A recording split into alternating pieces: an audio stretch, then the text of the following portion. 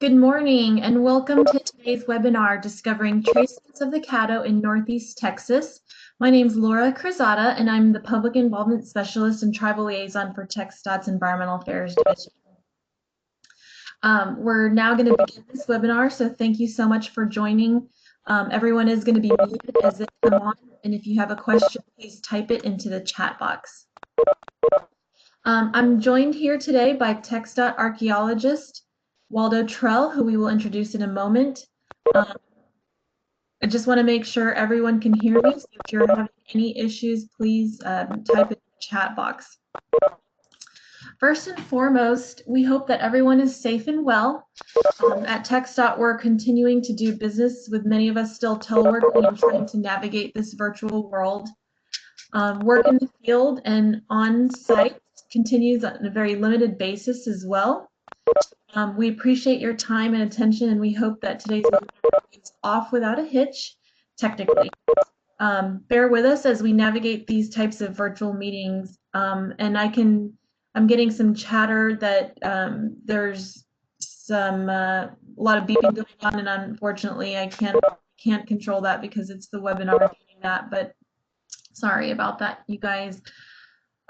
Please bear with us.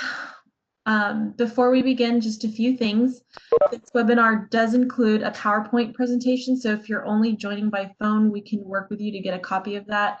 It'll also be recorded and posted on our webpage.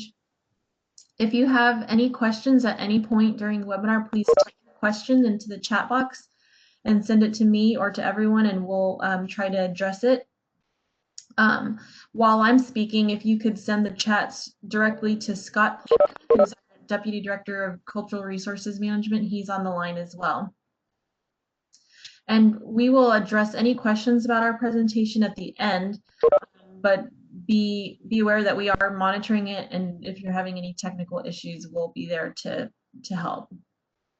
Like I said, the webinar is being recorded and it'll be available on TxDOT's webpage after today's call. Okay. So today our agenda will include a little bit about what TxDOT is, and then we will talk a little bit about some upcoming projects that we're going to be excavating in the future. And then we'll do our presentation by Waldo Trell about discovering traces of the Caddo in Northeast Texas. Lastly, we'll take question and answers, and be sure to type your questions into the box, and then we'll wrap up and adjourn by 11:30.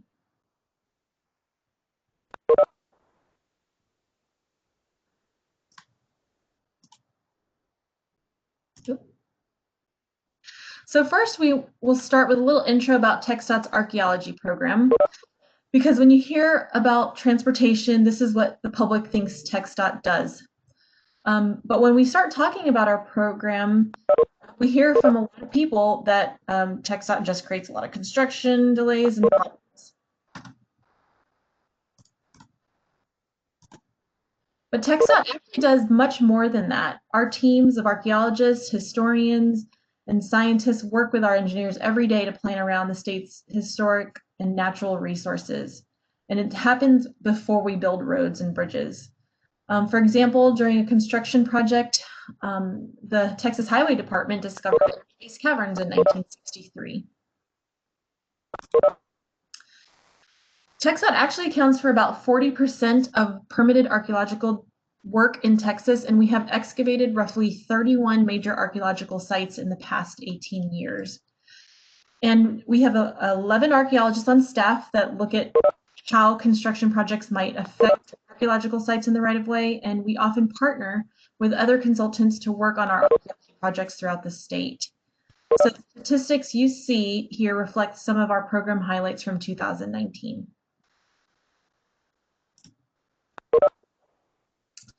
I do public involvement and outreach as well as tribal consultation for TxDOT's archaeology program. We are part of a section in the Environmental Affairs Division that deals with cultural resources management.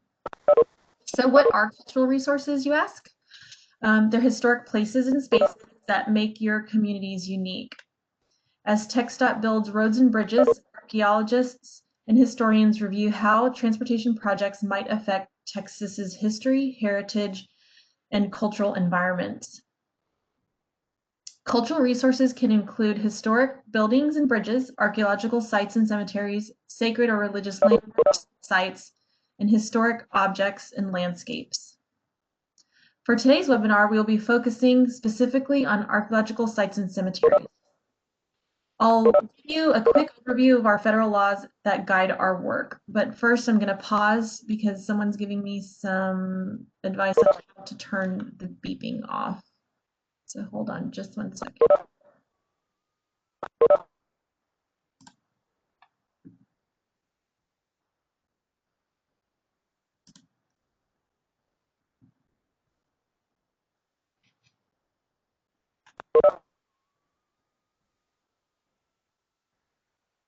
Can't find it. Let's see. Okay, sorry about that, guys. I'm not sure. I'm not sure how to turn it off.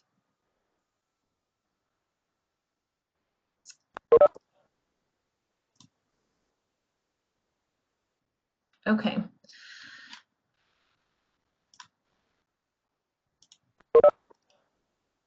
So TxDOT's work is guided by federal laws like the National Historic Preservation Act and the National Environmental Policy Act. These laws require TxDOT to stop, look, and listen before we actually start construction. And as part of the preservation process, we look into a project's right-of-way or proposed right-of-way for any cultural resources that might be impacted by construction. For archaeological resources, each time TxDOT's archaeologists go into the field, we have to consider the places on the landscape that people like to settle, what traces their activities might have left, or how the landscape and those traces have been changed by modern conditions. We evaluate if it's a significant site, if it's significant enough to be listed in the National Register for Historic Places, and if it will be negatively impacted by construction. And if all those things are in place, we must find a way to preserve that site. And preserve is a different term in our world. It doesn't mean that the site remains there. It means that we, in terms of archaeology, that we excavate pieces of it to obtain the data from that site to tell to future generations. And this is what we call mitigation. Addressing cultural resources is one step in the environmental review process that all projects must go through before construction. It's a part of what we do that goes beyond the road. And we're actually just one small piece of a bigger program that looks at a host of environmental impacts during construction and during planning.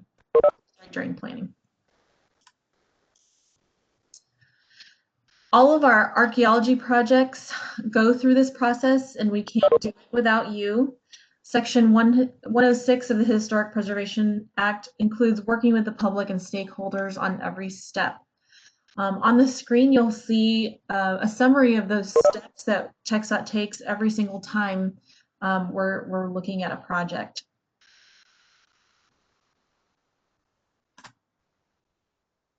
When TxDOT archaeologists and historians find unique discoveries, we try to share them far and wide. It is one way to preserve the story for future generations, like I said.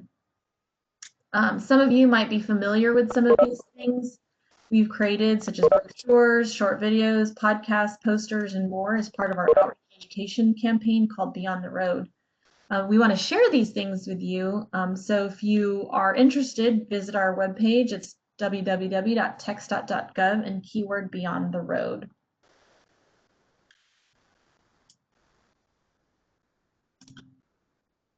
We actually have a few upcoming projects where you can be part of the process.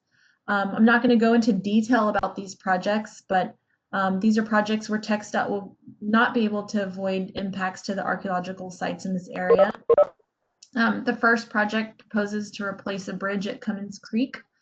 And then the second one is a bridge on Mill Creek in Austin County. A few other sites in Anderson County, very close to where we're working right now, are 18th and 19th century sites. And we'll be hosting some webinars to talk about those sites soon.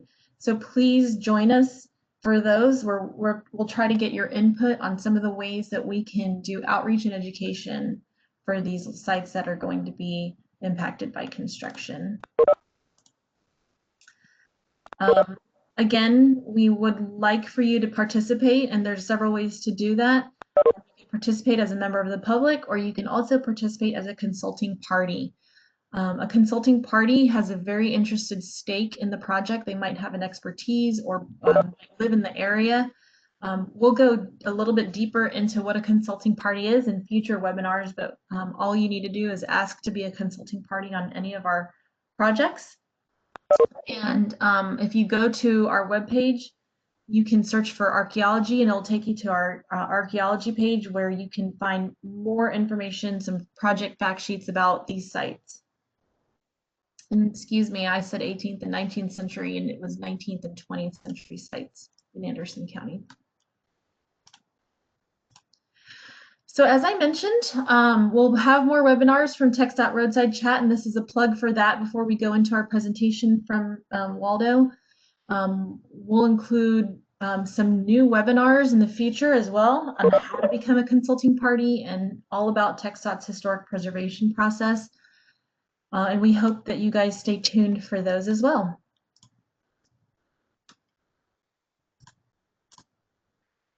And now for today's presentation, it'll be presented to you by TxDOT staff archaeologist Waldo Trell. Waldo is also a former president of the Texas Archaeological Society, and he serves as our staff subject matter expert on Caddo archaeology. And the site today we'll discuss was discovered during the expansion of US 175 in Frankston, Texas a few years ago. As Waldo will probably attest to you today, discoveries like this are not uncommon in the area. It has a very rich and cultural archaeological history. And in the last 50 years, multiple pre-contact and historic Caddo sites have been found during TxDOT's environmental studies. And you'll learn that this discovery in particular reveals a remarkable past for the Caddo Nation and for Texas. I also want to note that during the archaeological investigations here on this site, TxDOT encountered a Caddo cemetery. And in deference and respect to the Caddo Nation with whom we consult on this project, we won't go into extensive details about the families and individuals buried here, but we will instead talk about the Caddo, their culture, and what the findings tell us about the people who lived at the site during that time. The people in the Caddo cemetery that we encountered will be repatriated to the Caddo Nation. And for your reference, these here on the screen are the different laws we are working under for this project. So anytime that we encounter a burial, we work under the Code of Criminal Procedure, specifically Chapter 49, which says that the discovery of human remains requires enforcement to be notified. And that rules out that we are actually encountering a crime scene.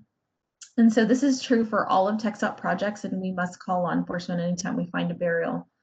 And so for this one, we also work under the Native American Graves and Protection and Repatriation Act whenever we have to remove the burial and repatriate it.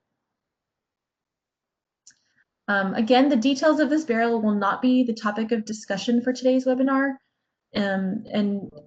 but we will talk about the context and what that might mean for the culture. It is now my pleasure to turn it over to Waldo Trell, the staff archaeologist in Anderson County for this project. And Waldo, I will hand off to you.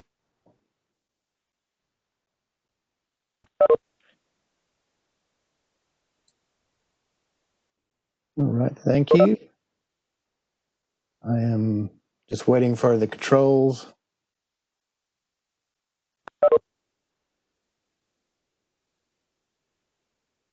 Just a moment here.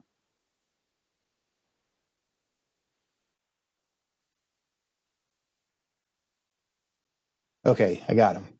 Looks like. All right, welcome and thank you for joining us today. All right. Today we'll be discussing the US 175 highway project. Portions of this highway are in northeast Texas, in particular Anderson County. Anderson County is at the edge of the piney woods and at the beginning of the post oak savanna. The highway itself is called an undivided highway, and it was built in the 1930s. The proposed project was to go ahead and divide the highway with a median. So to do this, we needed to purchase new right-of-way or new parcels of land, because the old highway would become one half of the highway going one direction, and then we'd have a median and a new set of lanes to go the other direction.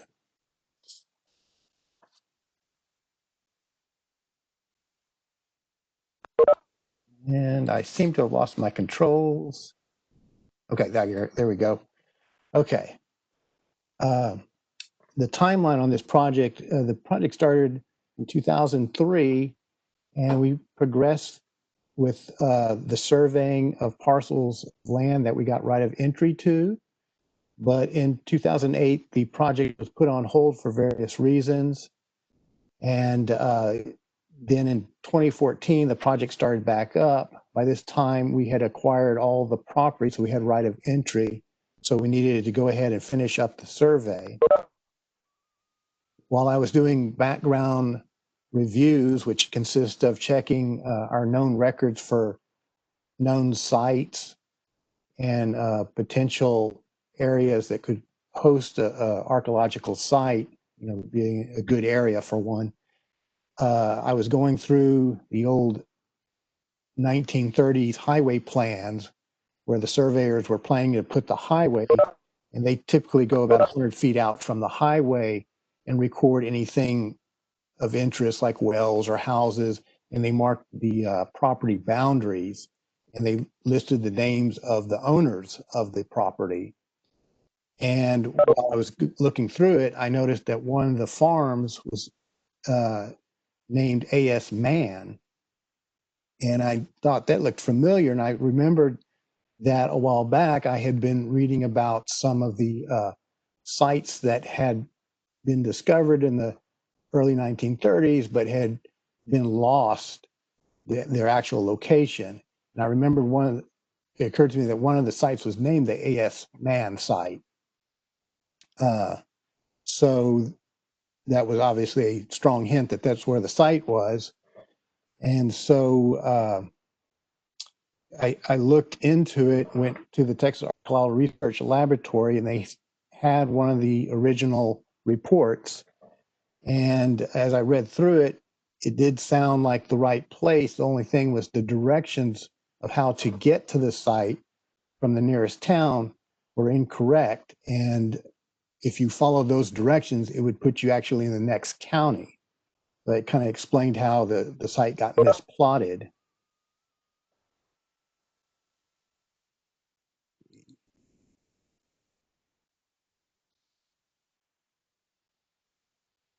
Laura? Never mind, I got it. So this area where the site was located was in a part of the ancient Caddo heartland. So who are the Caddo?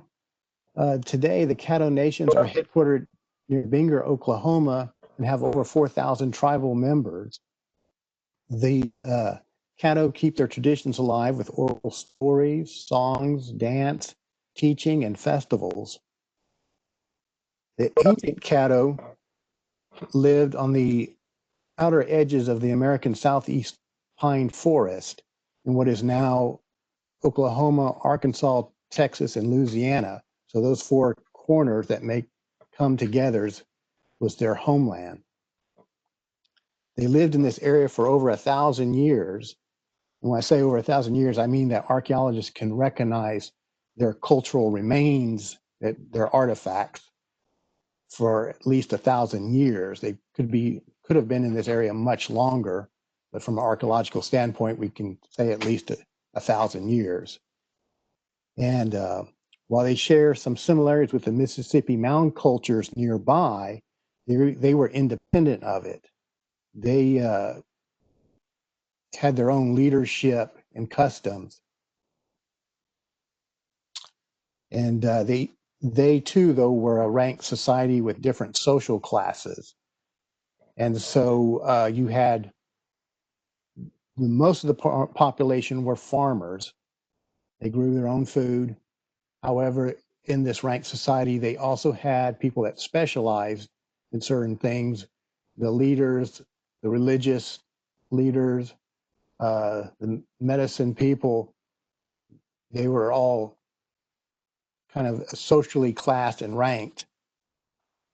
Some of the positions were hereditary, like the leaderships,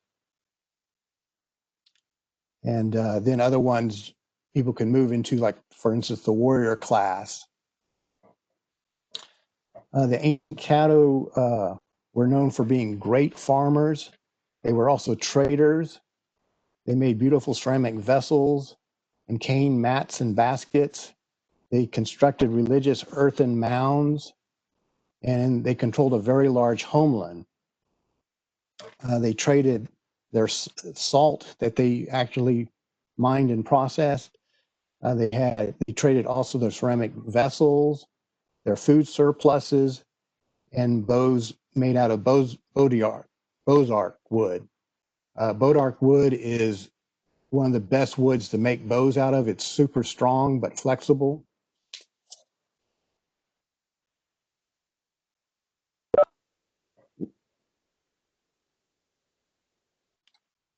Okay, the Caddo time periods that archaeologists have established for this area include the late Archaic, which at this point in time, the Native Americans were hunting and gathering and not farming. We don't know if these people were the ancestors to the Caddo. They very well could have been. We're just not sure. That was followed then by the woodland period. And in this area, farming still does not appear to have started, but ceramics were starting to be made and the bow and arrow come into use. And it's believed that that a number of these woodland sites probably are the ancestors to the Caddo, because we see these types of sites then progressing into what we recognize as Caddo sites. At the particular site that we found at AS Man site, we didn't see much of the early and middle Caddo. Early and middle Caddo. The Caddo culture at this time was well defined. We recognize their artifacts very well, and we can also find remains of their houses and structures and mounds. That was then followed by the late Caddo period. In the southern part of the Caddo region, we call it the Frankston phase.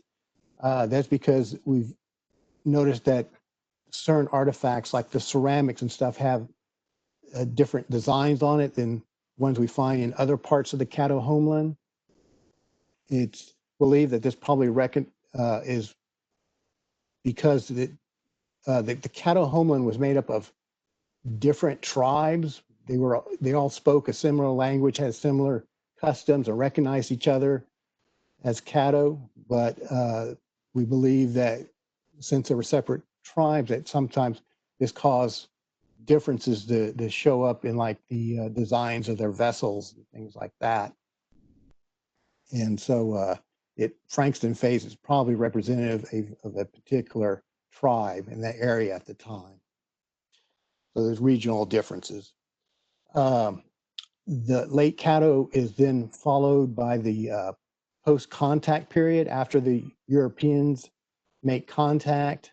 And this southern part of the Caddo region, we refer to it as the Allen phase. We see European trade goods starting to appear, such as glass beads, copper pots, guns, metal jewelry, metal arrow points, knives, axes, hatchet, things like that, along with some changes in their ceramic vessel designs.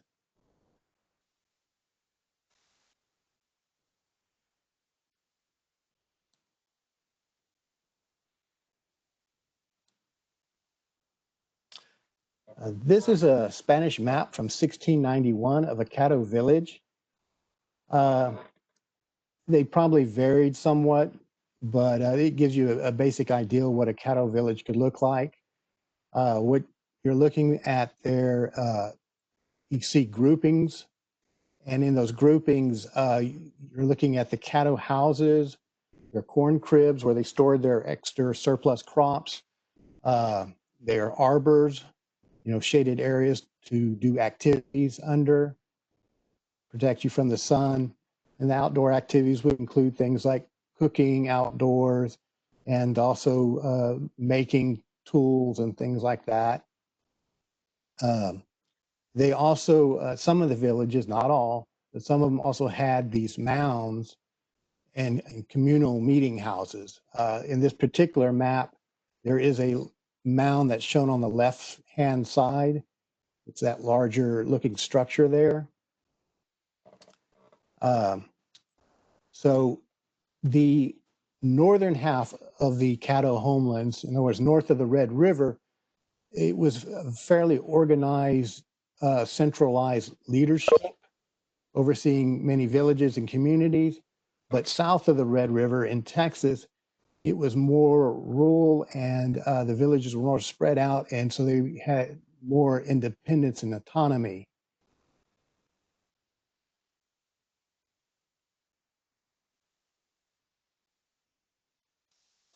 All right. In this artist's interpretation of the Caddo village, we can see their houses. To Europeans, they look like kind of like a beehive, dome structure, and they were obviously round. And also you can see an arbor there on the left-hand side of the depiction. And like I say, these provided shade. In the background, there's a drying rack. They could dry obviously food and things like that. Further in the background, you can see a mound. And then you have a number of activities going on, people cooking, preparing food, such as the people there by the arbor where they have a very large pedestal there where they're grinding corn or some kind of food. And they're obviously, it looks like there's some trading going on or making tools. And you also would have people making pottery. What you don't see in this photo, or one of the things you don't see in the photo, is that obviously village life produces a lot of trash. The Caddo were well known for keeping their villages clean. They swept out their houses every day. A lot of this trash was then thrown into trash dumps outside the village.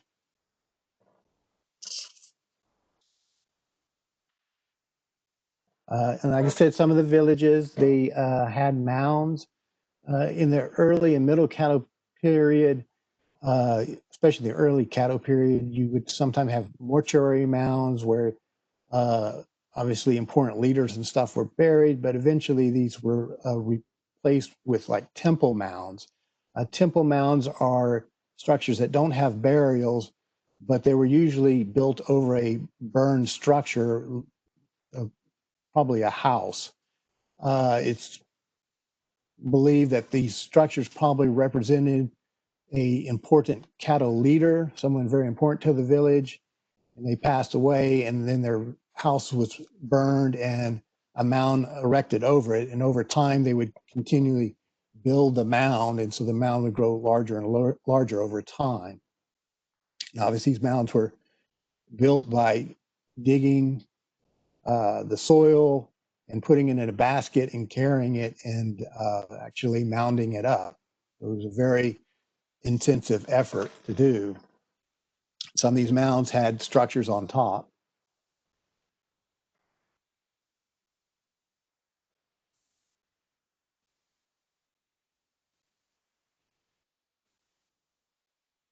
Sorry, I'm having a little bit of trouble of advancing the photo, the slide. There we go. Okay, this is a photo from the 1930s. The University of Texas started an archaeological program back around, I think, about 1918. And so by the 1930s, it was well underway, and they ended up with some federal aid during the Depression to help put people to work. So they started doing surveys and testings up in Northeast Texas, and one of the areas they looked at was along the US 175 highway. And then in 1935, Texas gave UT some grants in order to go out and search for some pre-contact artifacts for the 1936 Texas Centennial Fair to exhibit. When I say pre-contact, I mean before the Europeans arrived, and we see trade goods showing up. And so this is one of the digs that was going on at the time along US 175.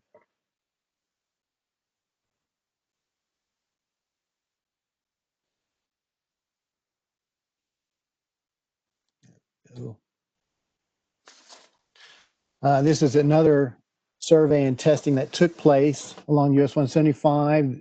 And here the archaeologists have found an actual temple mound. Once again, they would not have any burials, but would be built over a burned structure. So they recorded these and did some small scale excavations. In some cases they did much larger excavations.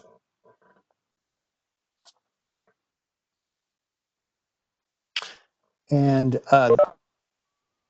while they were out excavating these sites, they found some of the village houses. These village houses also could be independent farmsteads away from the village, but this represents a Caddo house structure here. You see they've excavated down, and what they found were stains in the ground where the wooden post had rotted away. These posts were placed into the ground. They were very tall, and a center post was put in the middle, and then ropes were tied around all the logs or timber making the ring, and then they were pulled inward to make the dome or beehive structure. Once they were all tied together, the center post was cut out and removed, and then they would go ahead and weave thatch into the walls, and where the center post had been would become the spot for the hearth. So in this photo, one can see the post holes of the Caddo houses, and a house like this one could sleep on average about 10 family members. The beds were normally attached to the side of the walls, and the house would have built-in shelves and racks to hang belongings and store food. And like I said, the hearth would be in the center of the room. When we find these Caddo houses, they can tell us a lot about the size and the way they were constructed. So we were always excited to see these. Due to not having detailed maps of Texas in the early 20th century, a lot of these sites, we eventually lost their locations as new archaeologists came in, the old ones retired and passed away. It was hard to find these sites based on the old maps they were using. And so the next set of archaeologists did their best to plot these old sites on new detailed maps. And sometimes they're correct and other times they are off. And that is what happened on the A.S. Mann site. Because the directions weren't very accurate, it got misplotted. But once I was aware that the site was possibly on this farm, we sent surveyors out with the knowledge that a site could be on this parcel. And sure enough, they called me back and said they had found the site, and I asked them, well, where is it on the parcel? And they said everywhere. So that led us to believe that we were now in a Caddo village as opposed to an isolated farmstead, which is what we normally find on these projects is the isolated farmsteads.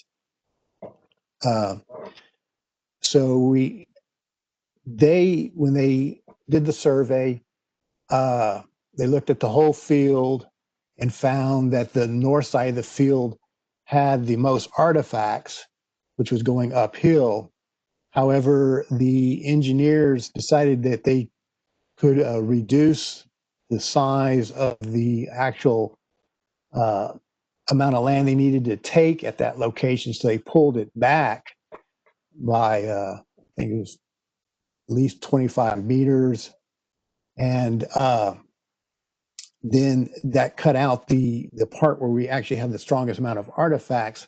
However, and so the consultants that were doing the survey recommended that the site wasn't eligible.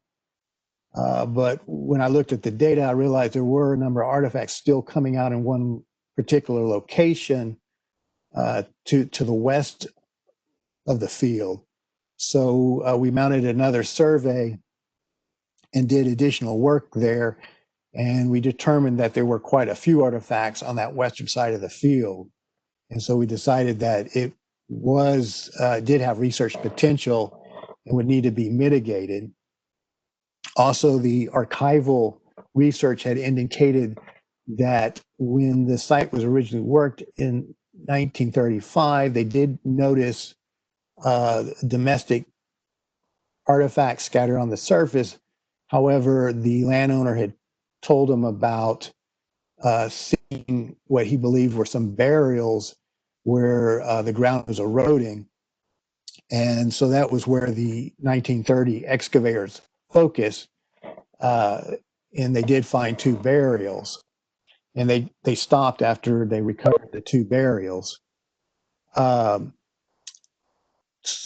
that told me that there could be possible more cemeteries in this property. And we certainly wanted to locate those before construction had started.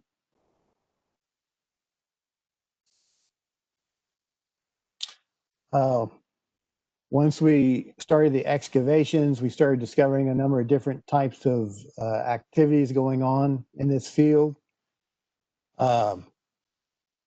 Let's see, we found, well, first, before we started, though, I want to mention that we did coordinate with the Caddo Nation and also the Texas Historical Commission because we wanted their input on the methods of excavation and our research goals. So we worked together as a team and came up with the excavation methods and research goals we thought were best for this site. It also included creating a burial protocol with the Caddo in case burials were discovered so we would know how to treat them. When we started excavating, we found a large trash midden. It became apparent that the Caddo houses were actually to the north and outside the property that we had purchased.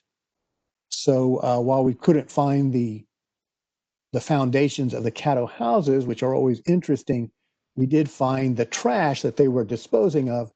And while the trash midden might not sound all that interesting, in fact, it's very interesting because the trash middens allow us to actually see the Caddo Indians' daily life pre-contact, because this is where they're taking all the worn out and broken belongings and disposing of them, including their unused food.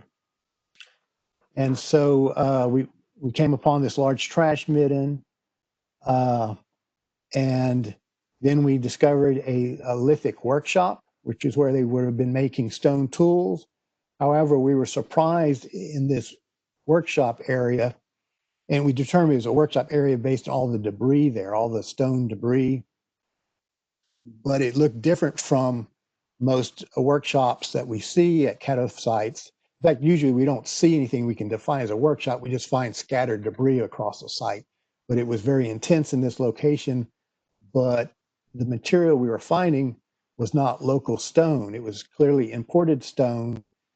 and the debris that we were finding was very small. It became obvious that they were curating the larger pieces. So as they made stone tools, arrow points, things like this, they would pick up all the larger flakes so they could reuse them because it was such valuable stone. And so we only found the smallest pieces that were unusable due to their size, their small size. We did eventually find two family cemeteries, two small family cemeteries, along with two isolated burials.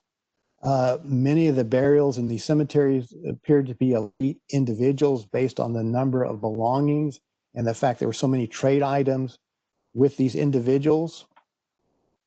So we believe that these elite individuals would have been like the leaders of the community.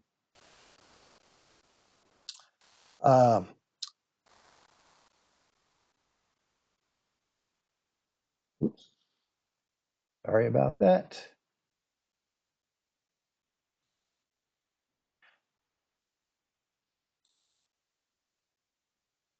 All right. On the eastern side of the field, going down the hill towards the creek in the floodplain, we also encountered half a dozen cooking features. These were hand-dug pits with the remains of burnt food. So this food was completely carbonized, and that's why it preserved. Along with the food, there was also fuel, in other words, the wood charcoal that they used to cook with. And we can do a lot of analysis on that kind of material, and we can also date it. We also found a number of broken potsherds, broken pottery in this area, and it was plainware, so it didn't have any decorations, and it's what you would expect to see for daily cooking and preparing of meals. I should mention also, once we found the first burial, we recognized that area as a sacred area, and we started using the burial protocols. They went into effect. We recontacted the Caddo and let them know that we had found burials. Representatives of the Caddos came down and to the site, and we had discussions with the engineers, and the engineers determined that the burials couldn't be avoided by the construction, so they're endangered. And so working with the Caddo, we came to the decision that we should remove the burials to protect them for now, and that we could then repatriate the burials back to the Caddo for reburial in a safe location. Also, in talking with the Caddo, it was decided to send a Caddo tribal monitor to come down and work with the team during the majority of this project while we're excavating. It allowed the tribal monitor then to ask questions, and the team could ask the monitor questions too. It was a great information exchange. Also, tribal officers and elders came down several times to visit the site. Once again, more information was exchanged. Also, the Caddo let us know what kind of questions they had about the site and what they would like us to learn from the site and what they had a personal interest in.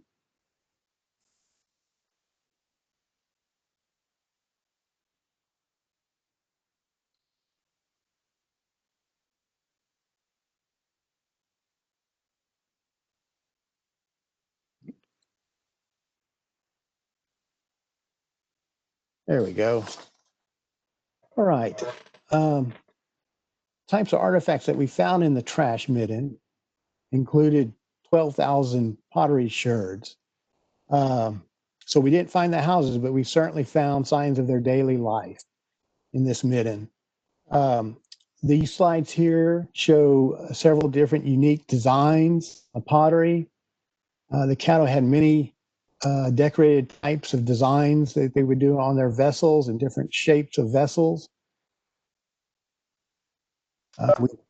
We have names for the different types, but I won't go into all that right now. But I want to at least kind of give you an idea what these potsherds, what kind of vessels they would make up. This is typical archeological types of vessels you can find in the Frankston area at these sites. So we actually found around 204 mostly intact ceramic vessels in the cemetery. These were buried as funerary objects, obviously to hold food and water for the deceased in their journey in the afterlife. These kind of vessels, when we find them, they allow us to really get a good understanding of the pre-contact days. We see a variety of vessels here, and the way they're constructed can show family connections from site to site and the actual political communities, because the way to make these ceramic vessels and the designs on them are passed from one generation to the next, usually from the mother to the daughter. And so when we see ones that look similar, we know that there's a connection there and we can kind of group these sites in political units, which probably represented individual tribes. We had extended families and making the ceramics similar to each other.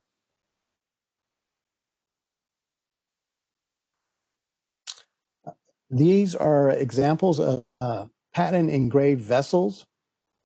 They became popular during the post-contact period, so it would be after AD 1650 and the start of the Allen phase. And we did find a number of these at the site, both in the trash bin in broken pieces and in the cemetery as full vessels.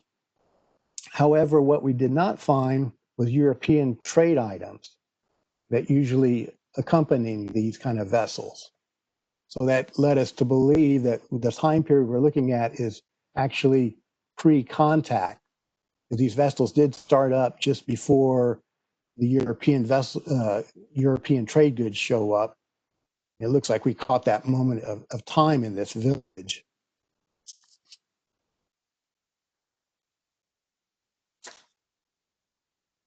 These are Frankston phase effigy bowls. These bowls generally have animal heads on one side, and sometimes on the other side they either have tails for the bird, and then therefore making the bowl the body of the bird. Other times they have an animal or a human standing or sitting on a platform on the other end. The majority of what we found at this particular site seem to be bird heads with tails. These kind of animals that are represented remain important to the modern Caddo people and show up in their oral stories, their song lyrics, and their dances.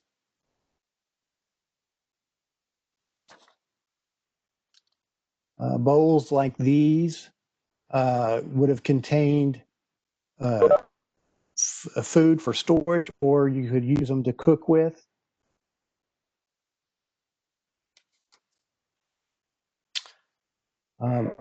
The vessel on the right-hand side, we found one of these at the site, and they're referred to as rattle bowls. That's because, as you can see at the bottom of the bowl, it has individual legs. These legs are actually, in this case, hollow and have clay balls in them, so the vessel rattles when you move it. It's believed that these types of bowls were used as incense burners. The vessel to the left is a bottle. They also had what they called seed jars, which usually don't have a neck on them, but have that general shape. And some of those kinds of, a lot of times those seed jars have holes, little pinholes at the top where you could put twine and tie those vessels up in the rafters of their houses to protect the seeds from rodents and insects. That way they could protect their seeds for the next planting.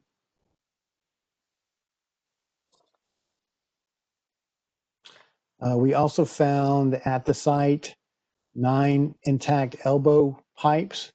These would have been used to smoke a substance with, most likely tobacco. There would have, the bowl is made out of clay and decorated, and then you would have had a wooden shaft, usually wooden shaft, then fastened to it.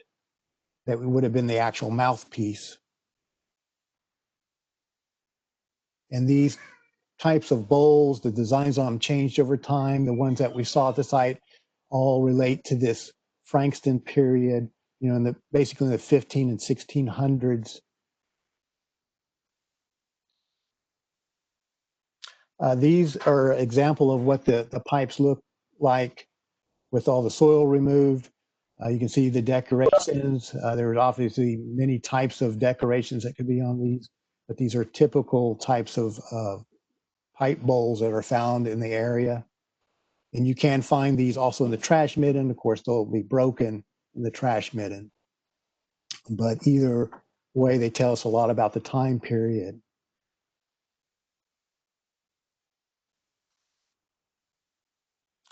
In the trash midden, we found close to 9,000 pieces of, I'm sorry, the trash midden and the lithic workshop, we found around 9,000 stone chips and flakes from the tool production.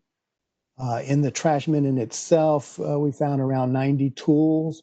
They were made up mostly of local material, and they were usually worn out. This is what we refer to as their use life. They, you know, that you make the tool, but over time, a lot of these stone tools need to be resharpened.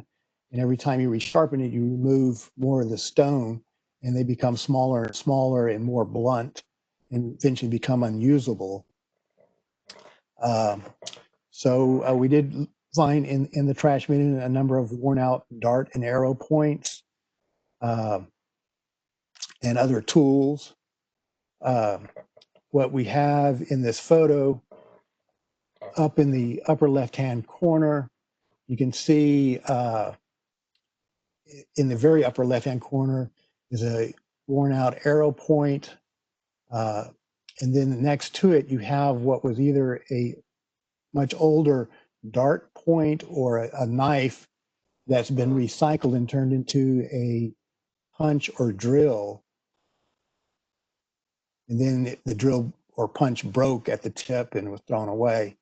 Then next to it, you have a preformed arrow point, probably a perdice. In the lower left-hand corner, you have dart points. These would predate the Caddo as we recognize them. This would have been from the hunting and gathering days. However, sometimes these points are picked up and reused by the Caddo as tools. Both of these dart points are very worn out. They've been resharpened multiple times and become very blunt and dull. To the right, we found what we call an eccentric arrow point. This arrow point has also been sharpened to the point that it's become blunt and unusable. However, someone had then, after it's become unusable, they put a notch in the center. We don't know exactly why they did this, but we do know that it was very typical for them to pick up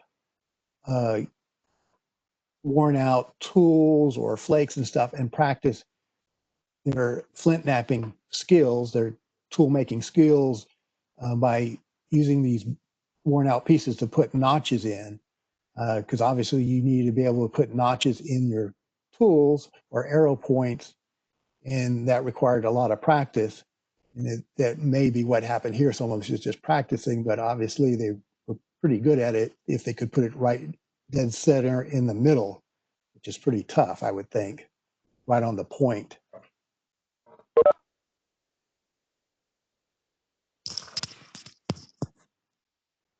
We did find in this trash midden also 24 perdice arrow points. We call them perdice based on the shape.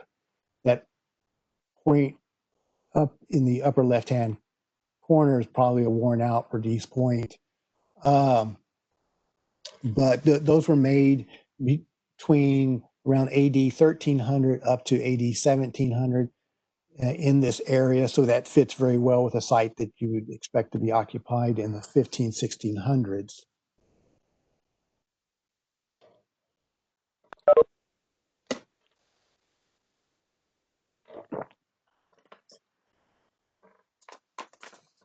These are from the macrobotanical studies.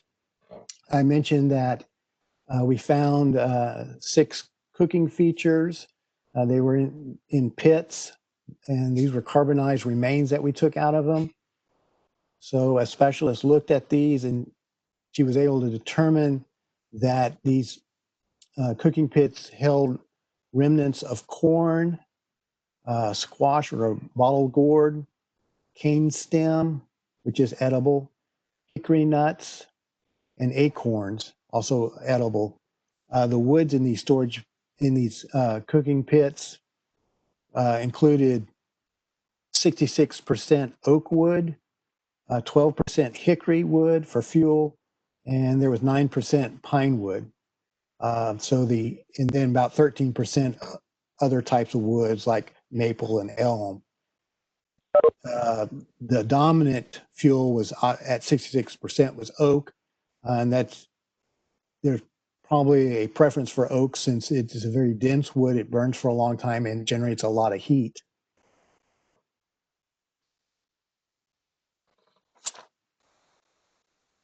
And these here are little barley seeds you see in the image. That is a type of wild grass that grows that the Caddo would collect. And these seeds could be ground and made into meal.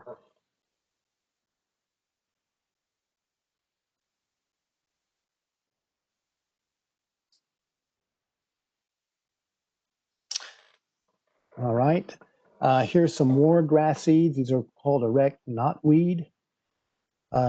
These seeds and other ones like them were actually found in the trash midden. We took samples of soils from each of the units that we were excavating, and then we floated these soil samples, meaning we dumped them in water basically, and the soil falls away and sinks to the bottom. And a lot of times the carbon remains will float to the top, and then you can just scoop them out.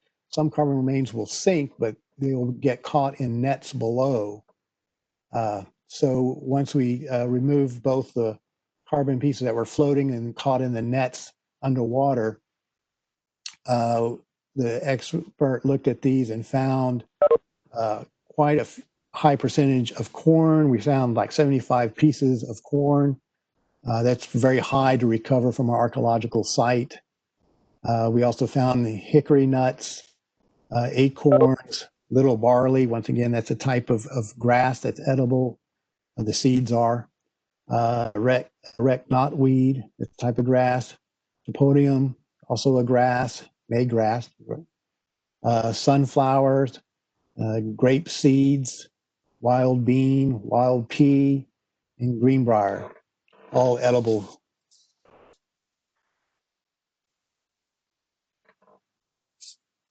So the Caddo were using both domesticated crops they were growing and also collecting edible foods that were growing nearby.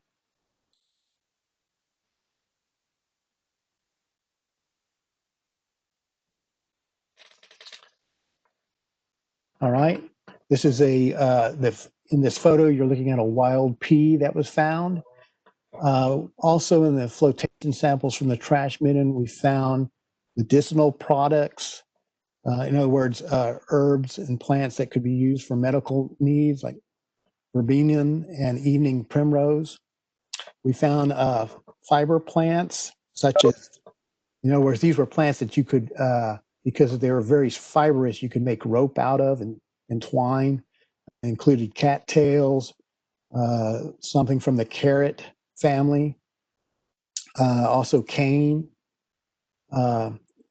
more what we expect was fuel wood for their fires.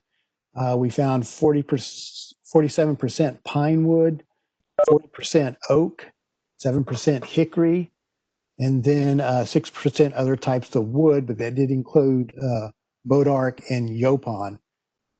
As far as the 47% pine wood, some of that could have been non-cultural from forest fires and stuff that happened to burn over the trash midden. The other fragments, including the bodark, is interesting because according to early contact records for this area, there was no bodark wood growing there. Today it grows there, but at the time they talk about it growing further north. So that was probably imported, and obviously that would have been highly prized wood to make a bow from, since they were so, bodark wood is very strong and flexible. Also, the yopon is interesting because this type of tree, the bark from it makes what the Caddo referred to as called a black drink. This black drink was super caffeinated. It's one of the only plants that is caffeinated in the native United States, and this is much more caffeinated than coffee or sodas. And they would use the black drink a lot of times in rituals where they were going to dance all the way through the night.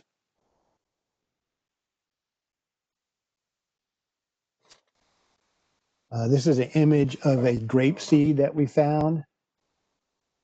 I also wanted to mention that the corn that we were finding appears to be related to the types of varieties that were grown in the southeast, this Mississippi mound area. In other words, the southeast piney woods of the United States, as opposed to, say, the southwest types that you find in New Mexico and Arizona and the Pueblos. And that makes sense to me because obviously this type of corn would have been domesticated for this type of environment, better so than the corn from the Southwest. Also, the Caddo had actually several varieties of corn, so they could plant throughout the year. They had an early like spring planting, followed by a fall planting that they could harvest and have corn throughout the year, and then have a big surplus that they could store not only for trade, but also to get them through the winter. And the corn would be stored in basically these corn cribs that were structures that were built on wooden poles off the ground to protect them, obviously, from animals and insects. And we do sometimes find the post-mold remains of these corn cribs.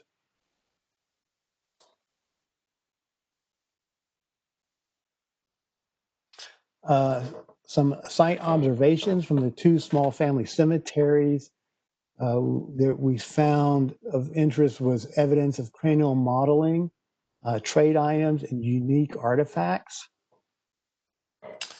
So in addition to all those microbotanicals we were finding, which were very interesting, these proved to show some interesting insights into the pre-contact Caddo people.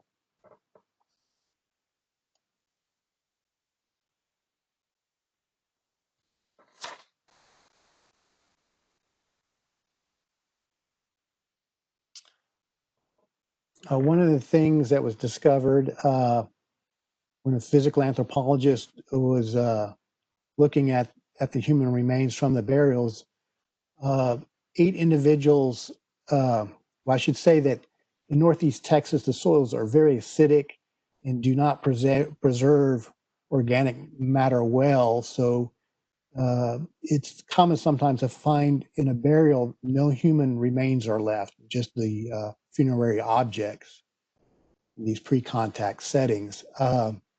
But in 8 cases, or 8 different individuals from the cemeteries still had intact craniums, and they noticed, she noticed that 5 out of the 8 of them exhibited cranial modeling. Cranial modeling is done when the person is an infant and a child. the head is bound in a certain way. This binding keeps the skull from growing in that direction. And since it has to grow, it goes in the direction that there's no binding in.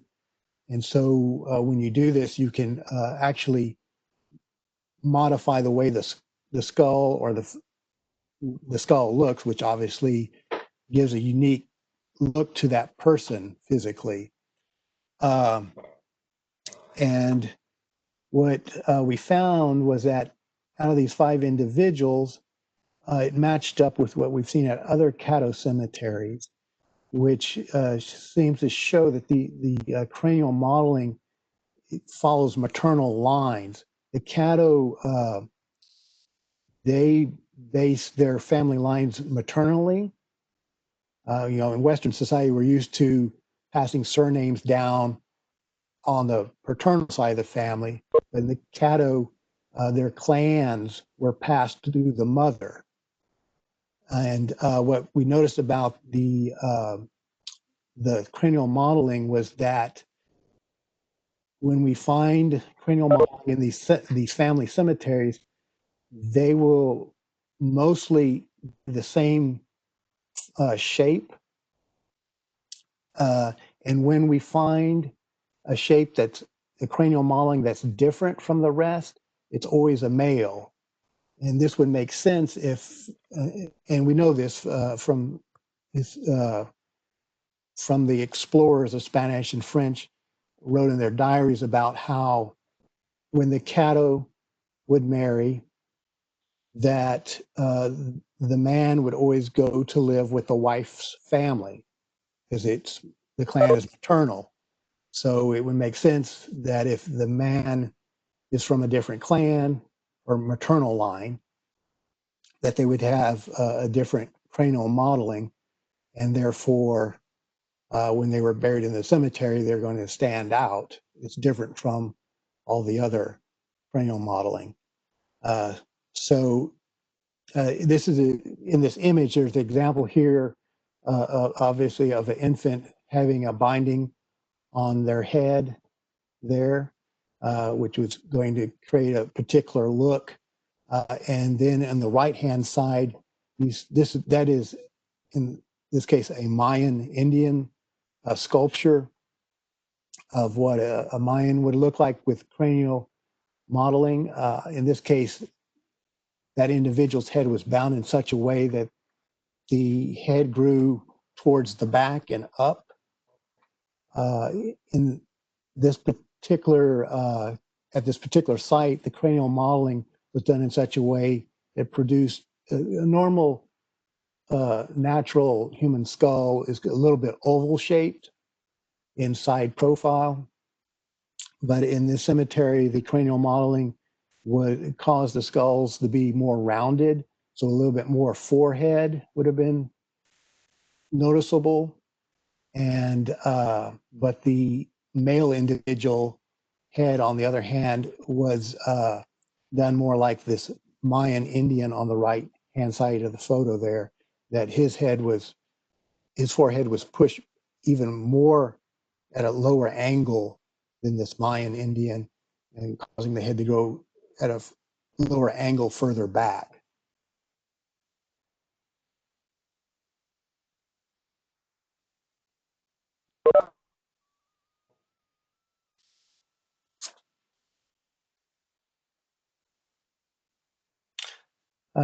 Another thing we noticed, or what the physical anthropologist noticed when she was looking at the ages of the skeletons upon death, this is done by looking at the teeth, at what stage have they erupted, are the baby teeth gone, or all the adult teeth in, and then looking at how the bones have fused together, because as you age, certain bones fuse together, and it occurs at different points in your life.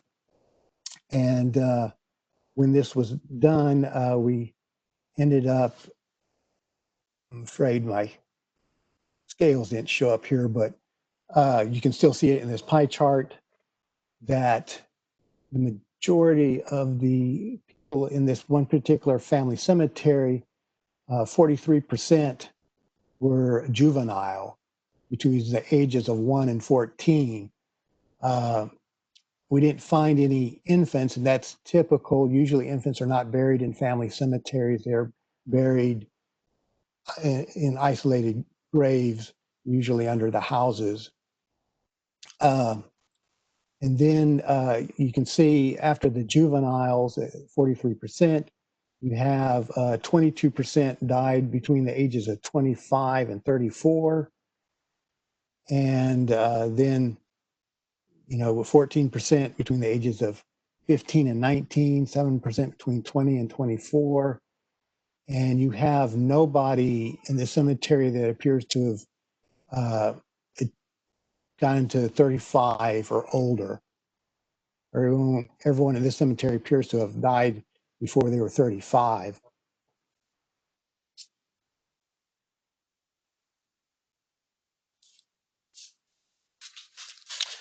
In the second cemetery, we see very similar here that the majority of deaths are occurring during the juvenile years, and then followed by the adolescence and young adulthood, leaving only, I believe it's 5% there in the 35 to 45 year age group. So in the end, this particular cemetery only had one individual who made it to at least 35 years old. If we include the isolated burials, that brings up to 2 individuals that made it to at least 35 years old. So out of 31 people that we could actually give an age to, only 2 of those individuals made it to at least 35 years of age. And you have to remember, these are the Caddo elite, which you would expect to have a longer lifespan, since you'd expect them to have a very high quality of life compared to the regular Caddo farmers.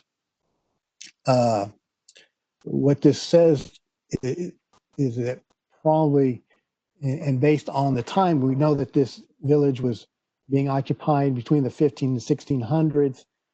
And so what it appears, even though this village life was before the actual contact with Europeans and trade goods show up, the European diseases have already shown up at this site and are taking lots of lives. And people are not being able to live very long. And this would have a dramatic effect on, but certainly the Caddo, because the elite members were trained their entire lives how to do their job. If they're dying off at a rapid rate like this, that would mean a huge information loss as far as your medicine, how to govern, military strategy, how to perform the ritual functions. So this would have been devastating to the villages.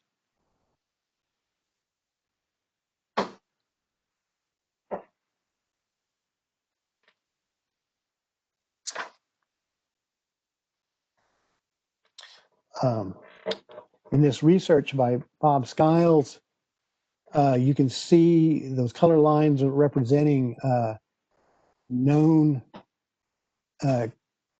Indian roads during the contact period. These roads were used for trade and for movement. The Caddo Indians would use these roads, obviously, not only to get to other villages and get outside the Caddo area to do trading, but also other Indians would come in on these roads to trade with the Caddo. The site is actually where that star is. You can see there's a number of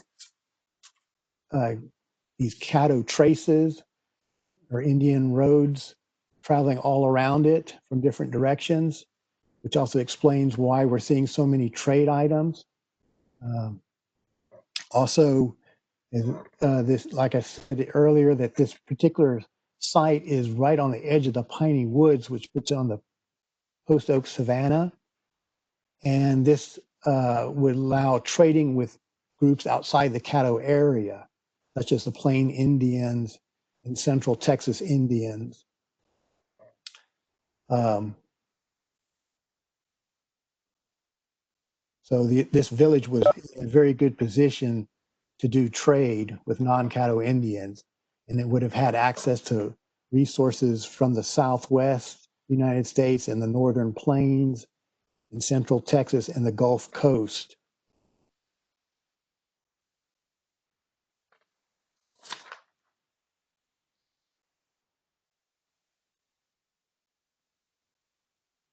Bear with me while I try to get the slide here to forward.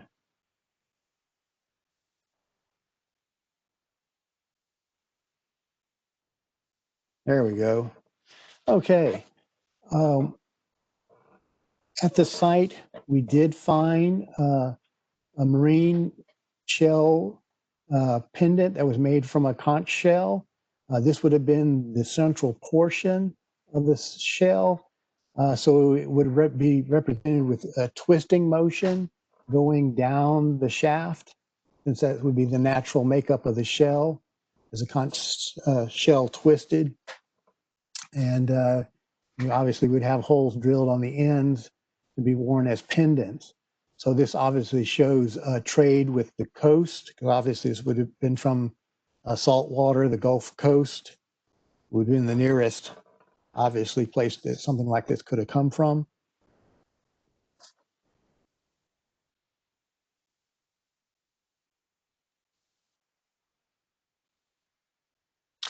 We also found a turquoise pendant or earring.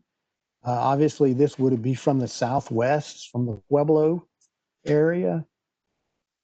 And and these are rare finds to find at Caddo sites, because even though we know trade happened in these villages, it's very rare to actually see some of the items left, because obviously these things were curated and well protected, and then would have traveled with the individual.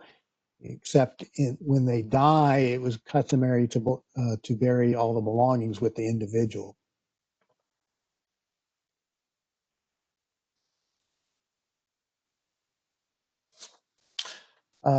Something else we came across in the stone tool workshop, when we were initially doing the digital survey, we noticed it's typical for very small debris, the small lithic flakes and chips from the tool production to fall right through the screens that we use for normal screening purposes.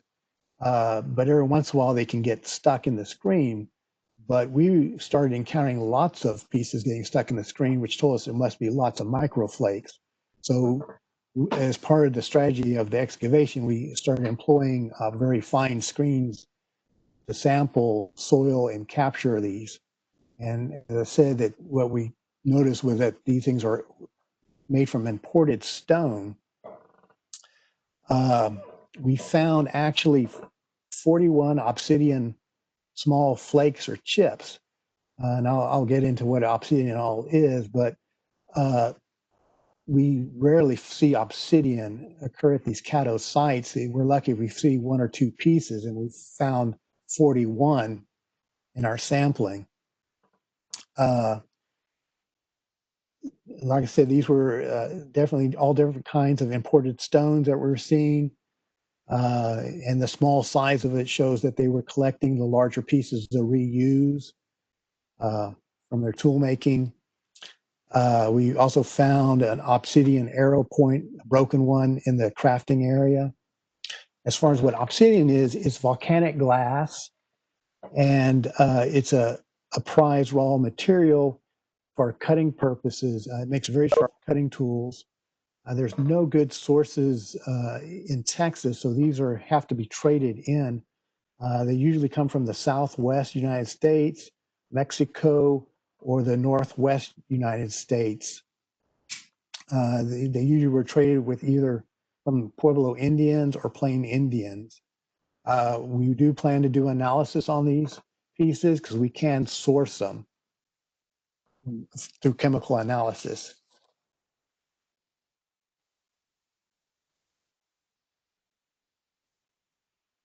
And this is an example of arrow points made from obsidian.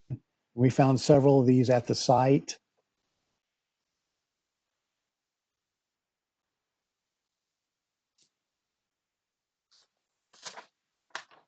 In addition, we found many points that we refer to as Perdiz points, Bassett, Triangular, Turney, Harel, Washita. But the interesting fact on these arrow points was that, first of all, some of them aren't typically found in this area. Some of them are found usually much further north, either in the Plains Indian territory or in the upper North Caddo heartland, north of the Red River or around the Red River. And these points typically were on imported material. A lot of it looked like from Central Texas. They were very well done, very thin, and appeared not to even be used, but were made apparently as offerings. And some of the points also had special notches that we normally don't see on those style of points, such as the Perdiz points having side notches. And those would have been used to tie them to an arrow shaft. Waldo, we have just a few minutes left, and I want to make sure to get through Q&A, just FYI. So. Sure. Okay, I'll go ahead. And this is just, let me go ahead and move through it here.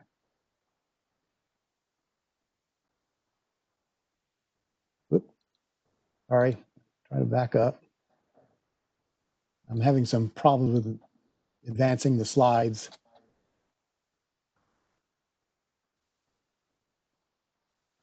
Laura? Yep. Let me. Thank you. Okay?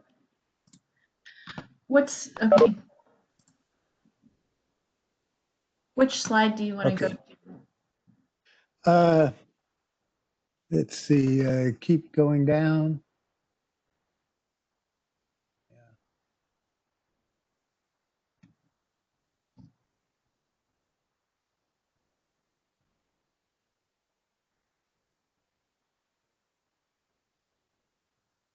Okay.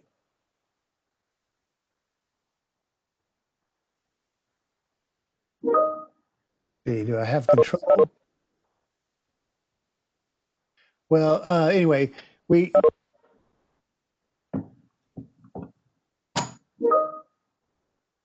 Laura, can everyone see this?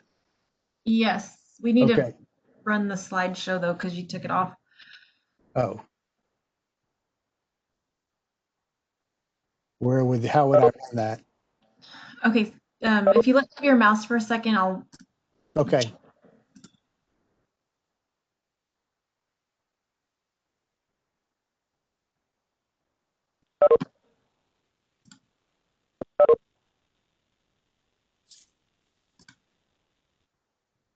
Which slide would you like? That's fine. I can go from there.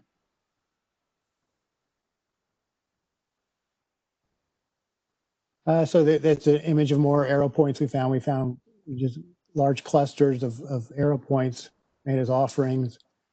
We also found large bifaces. These are basically large blades. These here are Plains Indian that were found at the Caddo site. They were been made for processing buffalo, butchering and hide work. We also found imported celts. These celts appeared to be more decorative. They were very thin and had even been blunted along the blades to strengthen them, but doesn't make them very usable. They were probably symbols of power and leadership.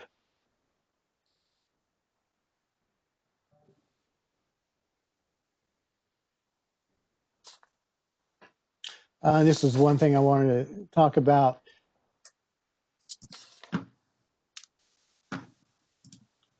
Lord, what happened? Oh, thank you. Sorry about that. We did find two historic objects at the site. Neither of them were trade goods. this was located, both objects were located in burials. This here was the most unique artifact from the site. It's caused many great debates.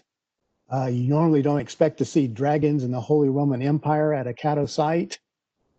This piece of metal is about 10 centimeters long, so about 4 inches. It appears to be from a metal rectangular box, and it looks like it's silver plated on pewter. You have obviously 2 dragons on either side there. And then you have a coat of arms. In the coat of arms, you have a field of 13 stars that is representative of the Salazar family. And then in the other fields, you have a double-headed eagle, which is the sign of the Holy Roman Empire. The Holy Roman Empire was only governed once from Spain. That was in the early 1500s. And the Salazar family were the official royal treasurers for Charles I. He sent Salazar over to the New World to make sure the gold was getting shipped back to the king. He came over with DeSoto. I don't have time to go into it all, but needless to say, they were not. They ended up not being friends. They fell out with each other. Salazar did not travel with DeSoto crew into Texas, so we're not really sure how Salazar's what appears to be Salazar's metal box that contained valuables ended up at this Caddo site. However, it appears that this box, it was in a position with the weapons of the individual when we found it, and it appears to be a war trophy. It was typical for the Caddo warriors, if they had one item that needed to be shared among several warriors, they would break it up into pieces, which this has clearly been violently broken into pieces. Just so you know what you're looking at, this is probably the side of a rectangular box. It sat on top of legs that are shaped like paws. And that was been very typical for a kind of like a jewelry box or a box that would have held valuables at this time. Items that have family coat of arms are not allowed to be traded or sold. So that would not be the way that the Caddo would have got this box. Like I say, most likely with some kind of war trophy. Members of the Salazar family did travel through Texas. Clearly in the 1600s, they traveled through. Perhaps they lost it that way. But it's quite interesting. In the burial next to it, we also found lead fragments. We think it's from a musket ball. Once again, probably a war trophy or it was embedded in the individual. But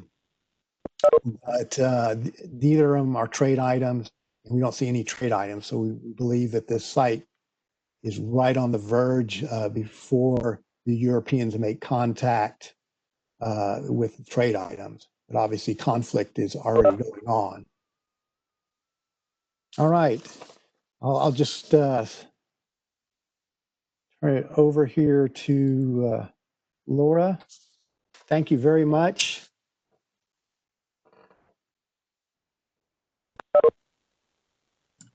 Awesome. Thank you so much, Waldo. And we do have a few questions from the audience, but there's one just now asking ways that people can be involved and trained. And please subscribe to our website so that you can get alerts to our future webinars and trainings. And what we will try to do, since we were fresh out of time, is that we'll type in the questions into a Word document and answer them and send them out to everybody with a copy of the webinar program that's recorded. But if you are sticking around, again, thank you so much, and we'll see you next time. Thanks for joining TxDOT's Roadside Chat.